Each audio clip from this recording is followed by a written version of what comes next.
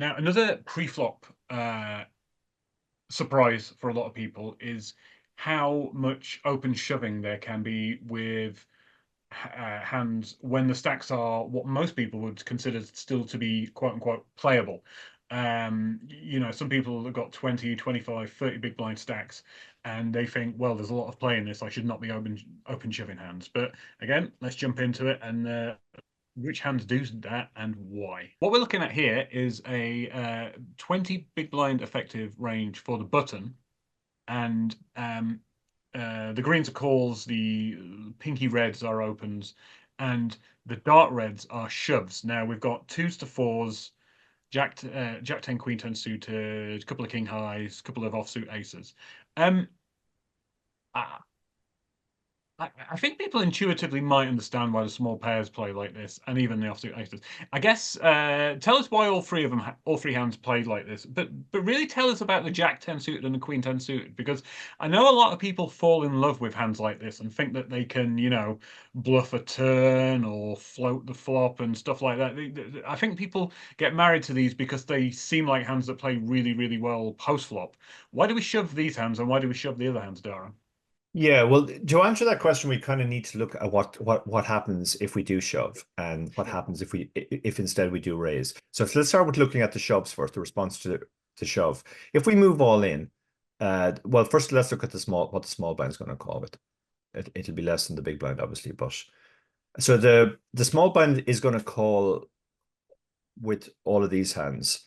Now, if you think about the category, the three types of hands that we're shoving, sort of mediocre aces, low Yep. suited aces, and low pocket pairs. Actually, four types, and the Queen 10 suited, Jack 10 suited type hands. They have different properties. Mm. First of all, if we look at the low suited aces, if you look at the calls there, like so much of that is ace X, Yeah. a huge portion of it. So we're actually blocking that. So when we shove that hand, we're making it less likely that we're called. And actually, even better for us, we get dominating hands to fold some of the time. We'll get A7 off to fold most of the time. A6 off, Ace5 off, Ace4 off will fold Yeah. all the time, etc., etc. So that's a very good result for us as well. Those two properties of like blocking calls and getting dominating hands to fold, they're very useful when it comes to shoves. If we look at the big blind range, the big blind's calling range would be slightly wider, but again, the same idea, we can get those. And the same is true of the sort of Jack 10 suited, Queen 10 suited. Look how much better, say, Queen X or Jack X.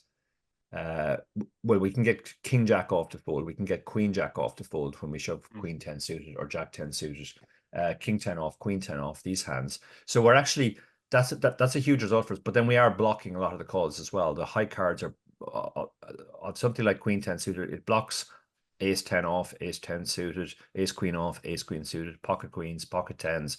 So the shove is going to get through more often because we have those types of hands. So those are the major properties. And then, if you think about it, we actually have a decent amount of equity with those hands as well. If we shove an Ace 3 suited and we get called by kings, well, we still have roughly 30%. We're better off with kings than with queens. Against quite a lot of the range, we have roughly 30%. And the only hand, in fact, we really don't have that kind of equity against is pocket aces, which we're blocking very heavily. When you look at the small pairs, it's kind of the same. It's like, yeah, okay. Some of the time you run into a pair, and that sucks. Now you're only winning 18% of the time, but the rest of the time you're flipping, and that's fine as well. That's much better than raising with pocket twos on the button. The big blind defends. The flop comes down with three high cards, and you don't know whether they've hit or not. Yeah. You also realize your equity 100% of the time. In other words, you're going to get to see all five cards. Sometimes when you have a hand like pocket twos, you're going to hit your set on the river. But if you raise and they call and they have a pair on the flop and they check raise, now you just have to fold. So you have to fold away that equity. Same is true with like hands that make backdoor flush draws and backdoor draws of other type. The ability to see all five cards is very useful to these hands, and also to hands like Jack 10 suited or Queen 10 suited. Yeah. With a hand like Ace 9 off, Ace 8 off, it's more a case of like our hand isn't strong enough to raise, and if we get shoved on call, but it's too strong to be happy about raising and folding. if we have a very weak hand like ace two off, we can raise that, and if we get shoved on, we know exactly what we're doing. We're folding, and we're almost certainly folding a dominated hand. But if we raise a hand like ace nine off and get shoved on, they could be doing, if we look at the response to the raise. So if the button raises to two big blinds, and just look at what the small blind, for example, does.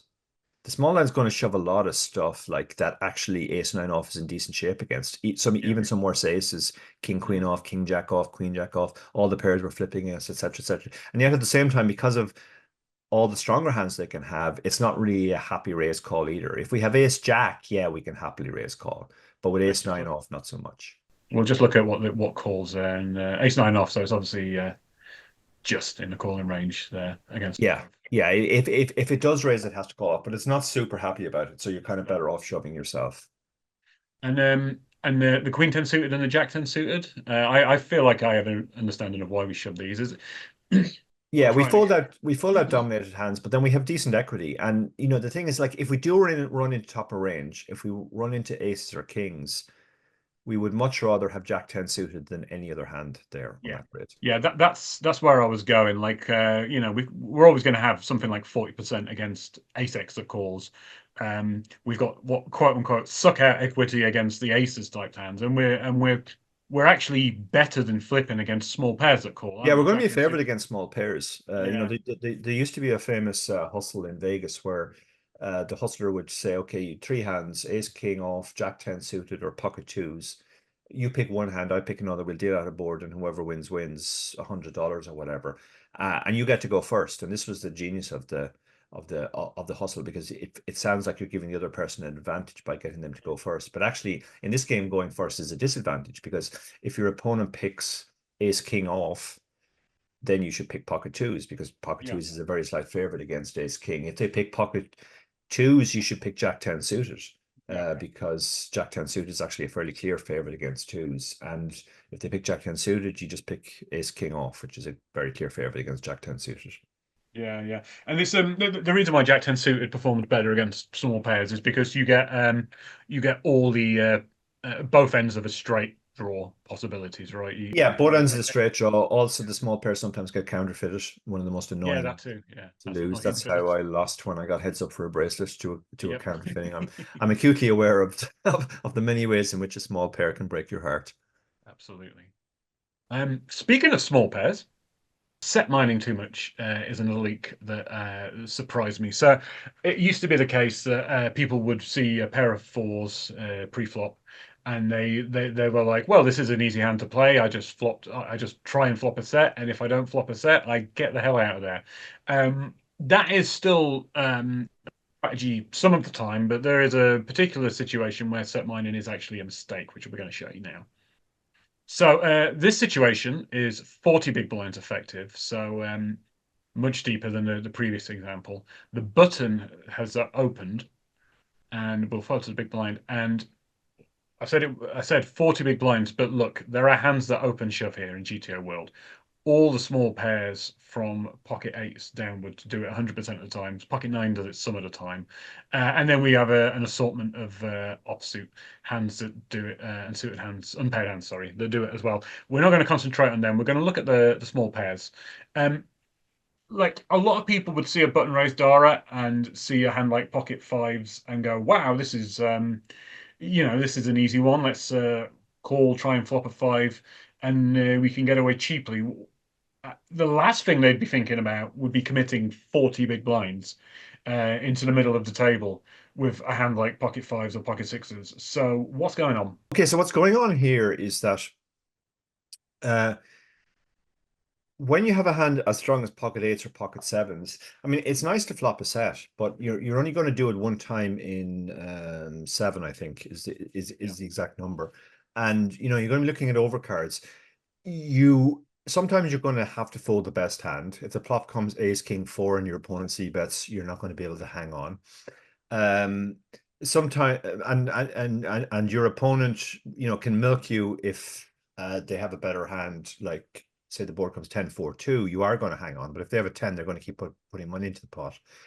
So it's kind of one of those situations that when you make the best hand, you're not necessarily going to win very much money by defending. When you don't make the best hand, you might lose more money than you should. And sometimes when you make the best hand, you're still going to have to fold. Like on ace king 4, you will have the best hand some of the time, just not enough of the time to call. So you're folding away equity. So again, the idea is by going all in, you just you make sure that you realize 100% of your equity. Now, if we go back, what usually stops people and makes people scared of doing this is they say, well, we're only getting called by a better hand, but that's not completely true. First of all, if we look at what's the response to the all in, so there are 155.43 combos that call us. So there's 6 combos of each pair. So 9, 10s, jacks, queens, kings, aces. They make up a total of 36 combos. That's only slightly over 20% of the time. We can actually get called by worse hands. There's about 20 combos of lower pairs where we're in great shape. The 7s, the 6s, the 5s, the 4s, and the rest of the time we're flipping. So getting called is by no means a disaster. We will win something close to 50% of the time, but we're getting the opponent to fold 77% of the time. So we're winning the immediate. So there's kind of a dual thing. We lose a small amount in the long run when they call, but it's very small amount. We win close to 50% of the time, but we win 100% of the time when they fold, and that happens far more often. The other thing is that, like, even if we flop a set, we're not necessarily going to get paid. You're much better off flopping a set against somebody who is likely to have something than somebody who doesn't. Most of the time, the button is going to miss, but he's going to see bet. But if we check call or check raise, he'll give up when he's missed. You're much better off set money against somebody who has a strong range. For example, if under the gun opens. Then before we jump into that, Dar, I just want to say one quick thing as well. The calling range, like people in quote unquote real life games, you're not going to see people calling with Jack 10 suited, Queen 10 suited, King 10 suited. This is a GTO range. This is 2 supercomputers who know how each other play, and they're calling because they know these hands perform well against small pairs. In real life, you're going to get more folds than this, right?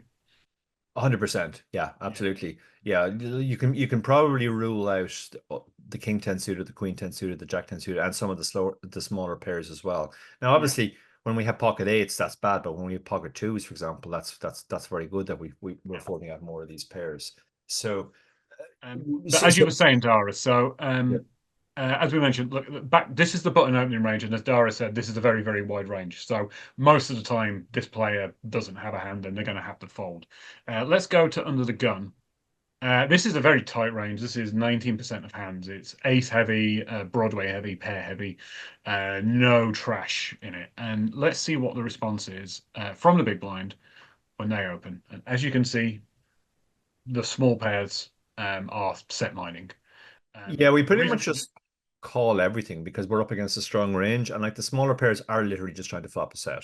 We kind of know what we're doing, but the big advantage is because they have a strong range, they're far more likely to have a hand that will pay us off if we flop a set.